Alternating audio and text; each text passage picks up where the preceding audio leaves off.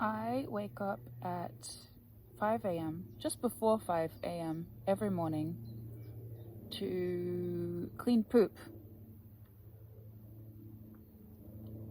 Yep. I wake up just before 5. I take the dogs for a walk. I cycle 12 miles to get to work. I work at a horse stable. And I shovel poop. And I help the jockeys with whatever they need.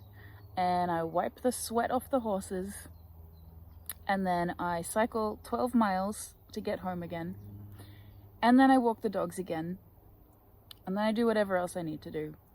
And I'm not saying this to complain. I'm not complaining. I'm not complaining. Don't get it twisted. I'm telling you this because I used to make 70 pounds an hour. Not 17, 70. 70. And yet, I've never been happier with what I'm doing right now. What I was doing before was stressing me out so much. I did it for about 10 years. And at a point, actually there were a number of points where I was in hospital several times for panic attacks that would not go away. Panic attacks normally last about 20 minutes or so. These ones were just going on and on and on for hours.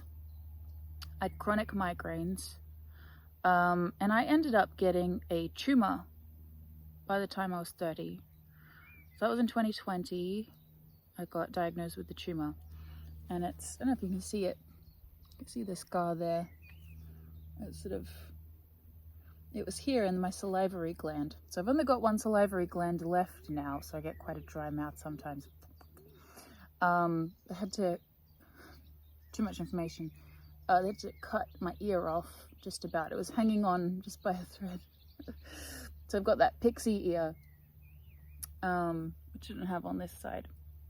So I've got my little tumor scar. I stressed myself out to the point of chronic migraines. I mean, I was having a migraine sometimes 20 days out of every month. It was unbearable. I was, what's the monetization friendly word? I did not want to exist anymore. Let's put it that way.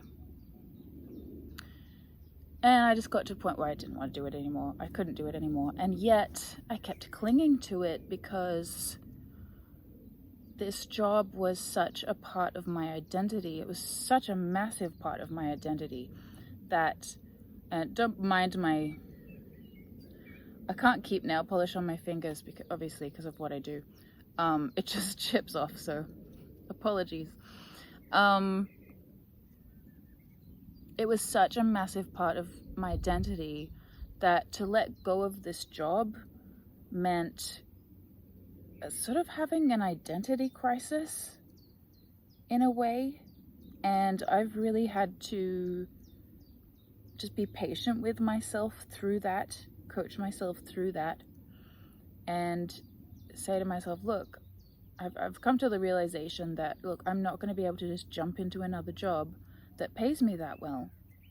I'm going to have to start from the bottom somewhere until I work out what it is I want to do. So this is what I'm doing. I'm shoveling poop for minimum wage. And I've never felt more peaceful in my whole life. I've never felt so peaceful. And there is a part of me that, I'm 35, I'm working for minimum wage. I don't own a house. And there's part of me that wants to feel ashamed of that. And occasionally when people sort of start to get to know you and they work that out, they're like, oh, okay, must be something wrong with you. And it's tough sometimes. You have to really see what they're doing and recognize, okay, they're making some little judgments just now. That's okay. And just not internalize it. Not let it affect you too much. Just those are their opinions, and their opinions belong to them. They don't belong to me. And the other part of it, this is one thing I really struggled with. I'm a very proud woman, okay? Very proud. It's one of my many flaws, one of my greatest weaknesses. I am quite proud, and it was difficult not getting paid so much anymore. And part of me felt like, well, you know, I'm too good to work for minimum wage. So I kept struggling along with this job that's absolutely killing me, because I thought I was above minimum wage. And I just, you know, you have to humble yourself sometimes and say, you know what, this isn't working for me. I can't keep doing this. I can't keep treating myself like a slave, like a robot, doing something that's stressing me out. I need to just bite the bullet and go back to minimum wage for a while until I work out what the hell I'm doing. And that's okay. And if anyone wants to judge me through that process, that's their problem. It's not my problem. It's nothing to do with me. It's a reflection of them and who they are. It's got nothing to do with me. So that's been part of the challenge. And a very good friend of mine, who I love very much, said to me recently, you know, we're not special. No one's special. You're not special. I'm not special. We're only special to the people that actually care about us. And there's something quite liberating about that, because I think our egos at times need to believe that we have to be special to the entire world. We have to do like life-changing, world scale, history-altering work in order for our lives to have meaning. And that's just not true. It's not. And it is just our egos telling us that. Really, all you need is good friendships, quality companionship, people that you can really talk to, really share your feelings with. And they're just there for you. They're like, oh yeah, okay, well that sounds shit. Sorry to hear that. And is there anything I can do for you? You know? Do you want to go for a walk? Do you want to eat an entire cake together? Let's do it. The quality of your friendships is so much more important than anything else. And if you want to change the world, you want to do something big on a grand scale and feel important or something, that's not a bad thing necessarily, but do that in a realistic way. Do it in your own neighborhood. Like, I'm sure you've got elderly neighbors. Go and ask them instead of, and I used to do this all the time. I'm so guilty of this. We all are to an extent. Don't go on Facebook and Instagram and whatever and preach to the world about all the problems that are in the world. Or at the very least, maybe it's something you like talking about, fair enough, but how much time do you spend complaining versus how much time you spend actually fixing problems? Go and talk to your elderly neighbors and ask them, like, is there anything I can do for you? Is there any work that needs done around your house that you're just not able to do for yourselves? You know, can I tidy up the garden for you or something?